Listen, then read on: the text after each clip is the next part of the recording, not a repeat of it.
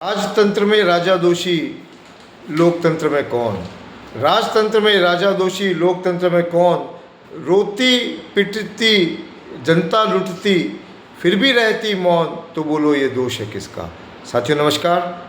आज हमारे साथ सौभाग्य है कि पूर्व भारतीय सेना के अधिकारी एवं 1968 के retired IAS officer, senior IAS officer doctor Kamal Taori ji, Swami Kamalanand ji हमारे साथ उपस्थित हैं। और आपने भारत की प्लानिंग कमीशन में, खादी कमीशन में और कई ऐसे काम किए हैं।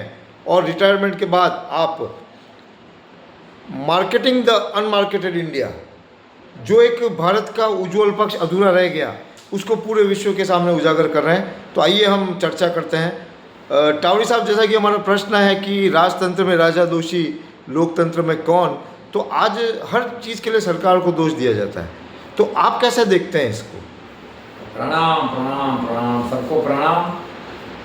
मैं अभी 80 साल का होने वाला हूँ और 7 किताबें लिखी है। तो पहला हमारा सिद्धांत है, हम निगेटिव बात नहीं करेंगे। जो जैसा है वैसा है। भ्रष्ट है तो भ्रष्ट है, चोर है तो चोर है, डकैत तो डकैत है, क्या करें। तो स्वीकार करके करना क्या, इसमें जोर है। तो मेरा जो आपको मैं 2-3 मिनट बोलूँगा। पहला, ये भ्रष्टाचार का जो बिंदु है, ये कोई नया नहीं है, बहुत पुराना है, पहले भी था, आज भी और रहेगा। देखना ये है कि हमारे उत्तराखंड में ये जो इलेक्टोरल रिफॉर्म, जिसमें भरत भाई, इनकी टीम 2500 साल से काम कर रही है। स्वर्णिम भारत, दोषी कौन, दोषी कौन, हम बोल रहे दोषी हम सब है।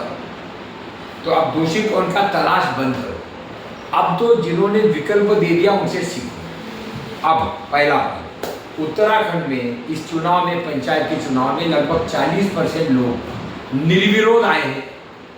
उन्होंने कोई खर्चा नहीं किया, भ्रष्टाचार नहीं किया, उसमें महिलाएं हैं, एक जिला परिषद के अध्यक्ष निर्विरोध आ गई है। तो ये हवा बदल रही है। लोग भ्रष्टाचार से, जातिवाद से, झूठ से फेडअप हो गए हैं, तंग हो गए हैं। उपाय क्या है? उपाय है अपवादियों से सीखो।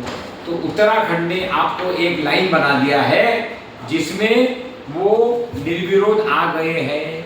क्या आपके भी आसपास में, प्रधान में, समाज में, चेंबर ऑफ कॉमर्स में, कोऑपरेटिव में ऐसे लोग हैं जो बगैर दारू पिलाए, मुर्गा खिलाए जीत कर आ रहे हैं? उनका अभिनंदन कीजिए। हमारा दूसरा पॉइंट है, अभिनंदन करो अपवादियों का। तीसरा, हम लोग ट्रेनिंग कर रहे हैं, अच्छी नेतृत्वशाला। आज भारत में 3 करोड़ लोग लीडरशिप देने को तड़प रहे, चाहे वार्ड से लेकर राष्ट्रपति तक हो, चाहे कोऑपरेटिव सोसाइटी हो, चाहे मंदिर हो, मस्जिद हो, ट्रस्ट हो, जहाँ जहाँ चुनाव हो। क्या 3 करोड़ में 3 लाख दमदार असरदार नेतृत्वशाला नहीं मिलेगी जो बोलेंगे हम दारू पिलाएंगे न पीते हैं, हम भ्रष्टाचार नहीं करेंगे। चौथा पॉइंट, दमदारों को आगे आओ और block planning, village planning, ward planning, इसमें जो संविधान ने अधिकार दिए है ग्राम सभा के लिए, पंचायतों का बहुत बड़ा रोल है।